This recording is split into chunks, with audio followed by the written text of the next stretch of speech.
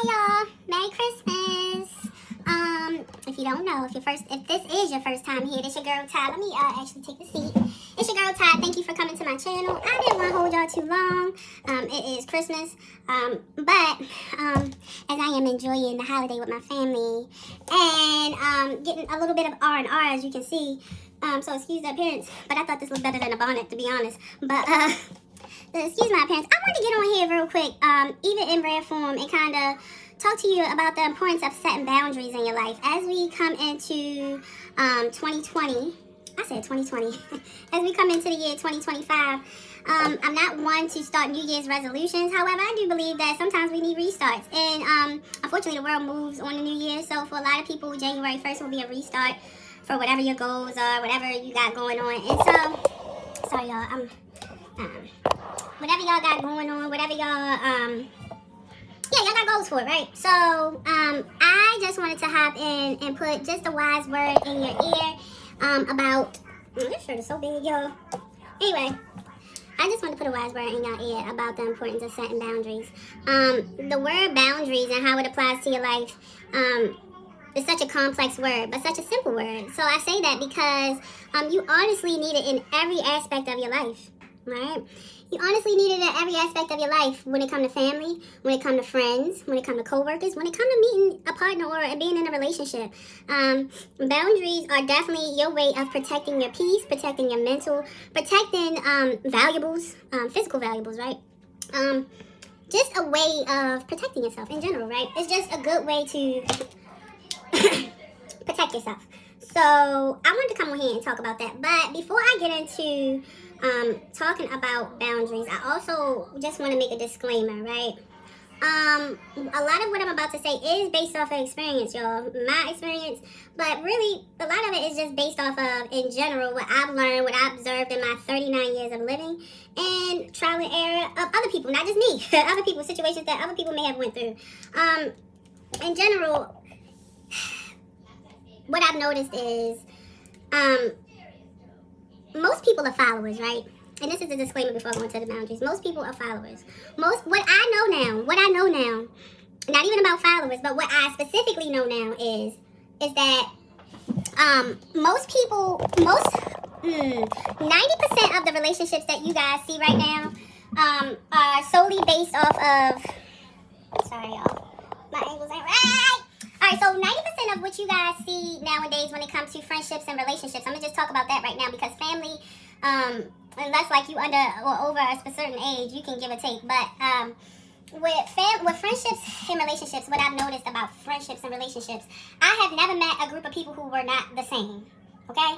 Meaning like, and I've noticed this a lot in the workplace, especially, where you may not fancy one person, because they are a certain type of way. You may not like a person because they move a certain way, they negative, their energy is heavy, or you're like, damn, why are you always talking about somebody? But you guys may have mutual friends, or they may be cool with people you're mutual with. You're like, damn, I don't see how they can even hang around that person, because when I was around that person, they just talked about everybody and their mother, and they was always negative, or they ain't really had much to say unless it was drama. The mutual friend that we have is so chill. I don't see how they can hang because they not alike. Please understand that they alike. They are alike. They are alike. I used to never believe people when they said the people that you hang out with is a reflection of yourself, and it's true. The people you are a mate with, the person you marry or you're in a relationship with, is a reflection of you. So you know how they say you attract what you attract is what you are, right? And that statement is very complex, meaning like, no, we can't help who approach us, but we can help who we entertain, right? And honestly, I'm talking about this because this is where your boundaries will come up, like in these beginning stages of what I'm talking about. When you initially meet a person, you know, and how they move and how they operate, you know, this is where your boundaries and your standards come into place. And a lot of people don't know that. So I just wanted to say before we got into the boundaries thing, I don't really think this video is going to be too long, even though I'm definitely 6 minutes in. But at the end of the day, we hang around people that we are like. It's a fact. So that means if you are homegirls with Jacqueline and you get on the phone with somebody else, or you in the back of your mind don't like how Jacqueline moves because she too free or she too problematic, it is something inside your spirit, it's something inside your core that entertains that. Because you either want to be in that environment or you are like that. Like I don't know how to convey it, y'all, forgive me. But at the end of the day, who you hang around is who you are like. So if you have a friend and every everybody say she a hoe, and you be like, I'm not one, we just cool. No. See, the thing about it is, like, maybe you don't do the action, but you're okay with the action. Maybe you don't do the action just because you don't have the opportunity. But by you being friends with a female that's very free and open like that, that means that it is things that she do or how she moves that you're okay with. Okay? That's just how that go. You know how oil and water is? Oil is a different substance than water, right? Water is liquid. I mean, they both kind of are, but you get me. So water is very wet, very watery. Oil is thick. The substance is two different things. When they go together, the oil kind of separates from the water and it'll stay at the top of the water. Either way, when you look in the water, you can see the oil is something in the water, right? Because it's two different types of, not material, but two different types of solution, right? And I'm not trying to make this a scientific thing, nor am I building out a science guy. But I'm just trying to say that oil and water, they both are liquid, but they're two different types of substance. One is thick, one is runny. One is like liquid, you know? And so, what I'm saying is, since they are two different substances, when they mix together, you can clearly see the difference. You can clearly see that the formula, the solution, whatever you want to say, separates. It separates because they don't go. Now, let's bring that back to real life. That's how it is with your friendships and your relationships. Listen, I know this to be a fact, and I'm only speaking this back in my younger days when I was dating and I was in relationships. The guys that I was choosing, see, my perception when I was younger was a little different, right? My perception, dating younger, it was based off of what TV taught me, right? The fairy tale, the love story, oh, help the guy out, be a ride or die. I didn't know, and then I'm naturally a calm person. So when I say I roll over a bunch of red flags, I know better now, right? Just through living life, but my boundaries was not high. And for me, it wasn't because I had low self-esteem. Some people don't have boundaries because of low self-esteem or just they don't know thyself, right? But my boundaries is because my perception of dealing with people was different. I certainly started having an epiphany when I realized that the people I've called my friends, my associates, my whatever, close whatever, they didn't have my back the way I had their back, right? And this is not to segue into anything besides the boundaries thing, but this is me telling you that I was going into friendships, relationships, because I was not popular in school, popular loner, right? Meaning I didn't follow anybody, but everybody knew about me. And had good stuff to say for the most part. Chills, funny, bubbly, still the same stuff, right?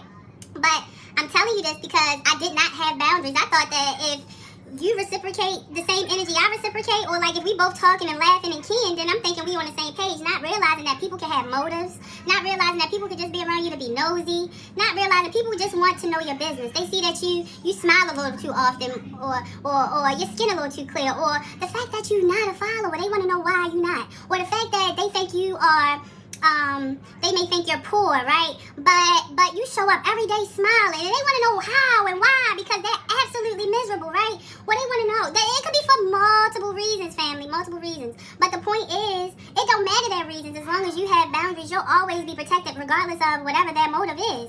And so that's what I wanted to say. My disclaimer, again, is at the end of the day, you only hang with people that you are like. I don't care what y'all say. I don't care if y'all get my comments. I don't care whatever. If you got a loose friend, if you got a jealous friend, a hating friend, and you're still friends with them, that's because you are the same way. Period. Because again, oil and water don't mix. It just don't. It don't mix.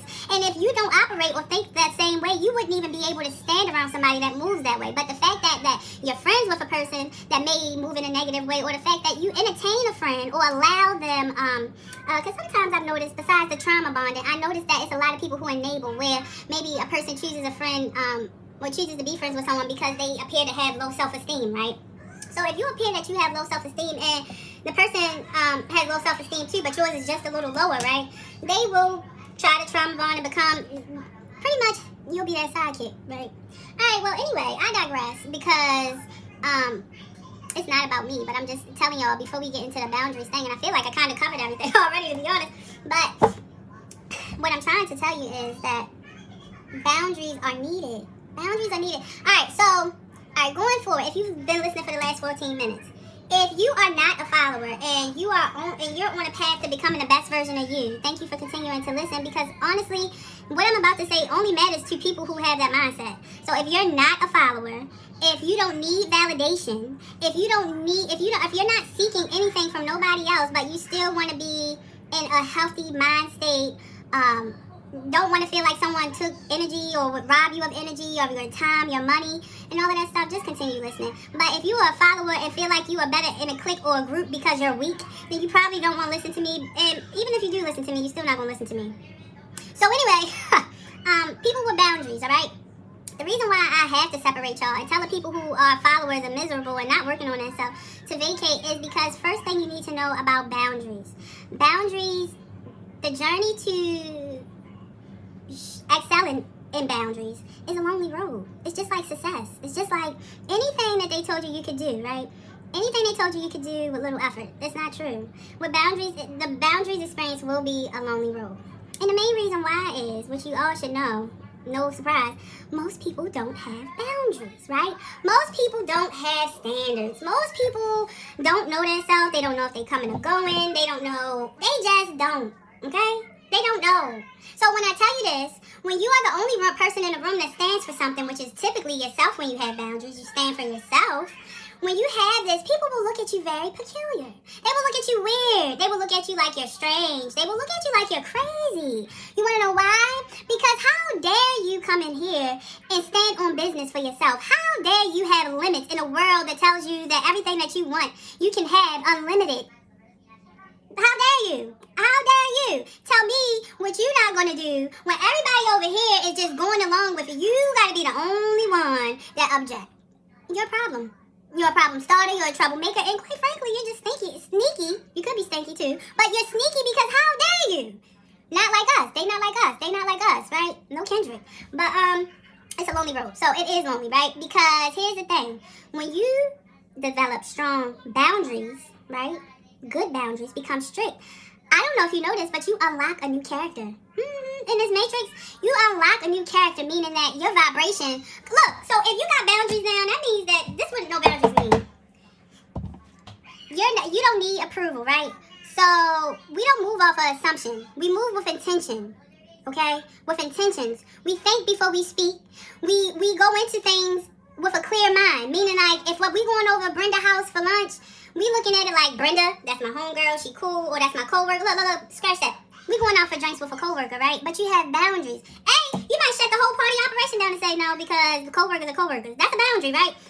Coworkers are coworkers. Coworkers are not my friends. I repeat, they're not my friends. The only thing that we have in common is that we clock in at the same place and do a job for 7 hours. Other than that, you're not my long lost friend. You're not my best friend for life. Like, I have a life outside of this place. This is only my source of income, right? That might be a boundary. Now, to some people who are unaware, people who don't have boundaries, they will look at you like you're crazy. Girl, you're too strict. You're going to be lonely forever. You ain't never going to have no friends. Meanwhile, every other day is tea or drama at the job. Girl, you heard about them? They got in the office. They was arguing. Girl, you heard about this? Girl, you heard about this person? Girl, you heard about... Right? But if I put boundaries up and you're not my friend, you're not even going to come over here with that. Because you already know what my boundaries, right? I'm not trying to hear none of what you're talking about. So, look, that's my peace. While I'm here for this next 8 hours, I got peace of mind that you're not going to come over here and not trauma down, but sit up here and tell me something that don't benefit my life, that will not be helping me pay my bills. And on top of that, now, because you told me, now you can toss my name in the mix, and now I'm part of the situation, even though I'm not part of the situation. See, that's a boundary, though. But some people would say, Ty, that's unrealistic. You know what, co-workers, you have to work with them, so you might as well be friendly. Okay, if that works for you, right?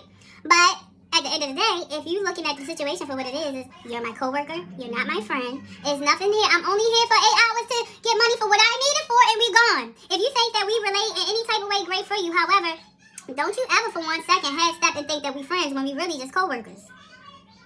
Okay. All right, that's the first one. And people will look at you like you're crazy. Think about it.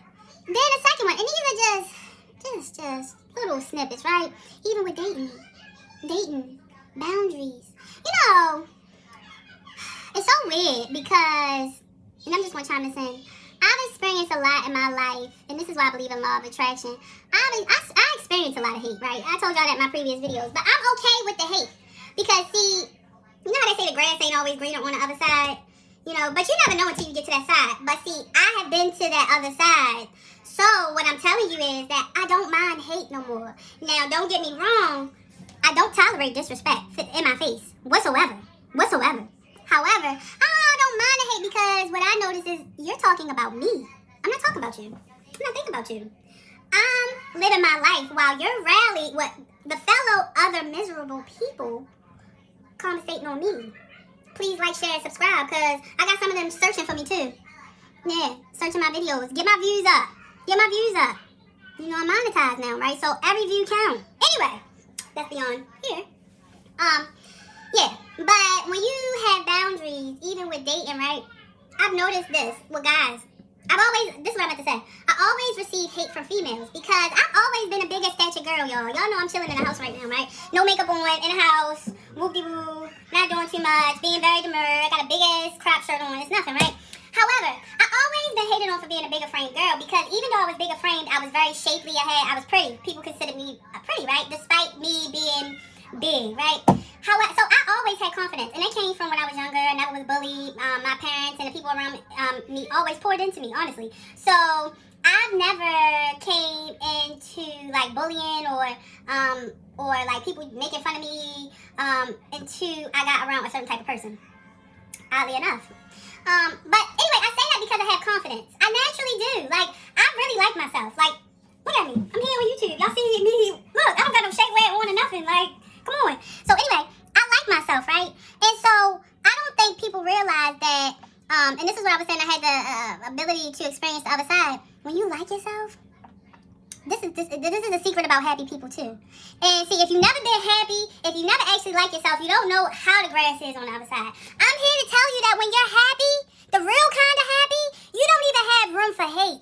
It's beyond you. It's beyond you. It took me being around ignorant people at a lower level for me to be like, oh shit, you was being shady. Oh, you was trying to be smart. Oh, you was trying to be. It took me a minute because I'm so engulfed in myself. I'm so liking myself that I really just don't have time for you. Besides the fact that I already paid my own bill. Look, this is not about me, but I'm telling y'all because I'm sure you can resonate, right? Besides me paying all my bills, going to school, working, really being a real mother, really trying to be the best version of me, I have no time to worry about you.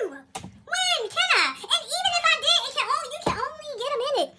You can only get a minute because in my real life, I'm still doing stuff. That's the other side. So, look, when people hate, when people talk and create narratives, and when people make up stuff, that's the sweet spot. But it's only sweet for me because I have boundaries. So I'm only going to tell you what I want you to know. And then on top of this, you get a bonus. I might throw a lie in there to see how it spin back to me. Just because humans are very predictable. And that's part of having boundaries. This is so chestnut checkers. Understand that. Life. I'm not talking about life. And it's more important now. Look, I had a video for a homosexual video, right?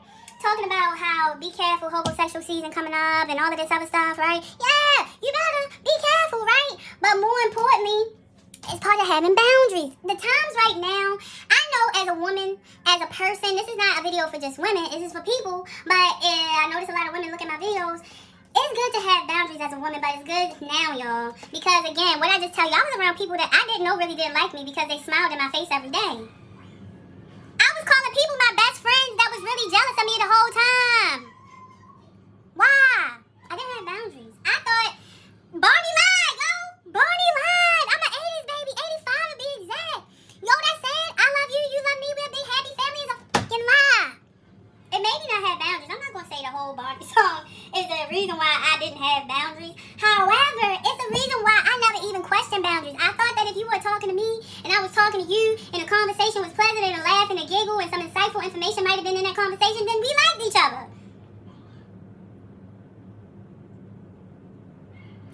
I've never experienced nothing to where as though it was detrimental and I could have lost my life by. However, it is people here, well, it's people not here now that can't even tell their story because they didn't have boundaries. And so they were making friends and associating and affiliating with people who never had well wishes for them, never had good intentions from the beginning. Looked at them like food. You know that terminology? That's street terminology. That's game. When a person looks like a food, it's like a target, an easy lick. You need boundaries. I'm telling you, be mean. Mean. Every person that come in your life, if they not adding to your life, and even if they are, you still evaluate that because that's another thing. That's another thing with females, y'all. I be tripping with these females because it's like, y'all all supposedly get the prize and y'all get this and y'all pull niggas, right? And that's how I know it's levels to it because y'all pull niggas, y'all get money, y'all do this. Niggas do this for y'all, take y'all out to eat, right? But why y'all know yet the difference? Like, I learned fast. A nigga let me get a car and just still treat me like shit. That money don't mean nothing. Like, when I hear females talk about money and what a man can do for you and he got to pay all the bills, I know that you've never been in a situation where a nigga really was sponsoring you. You never really was in one.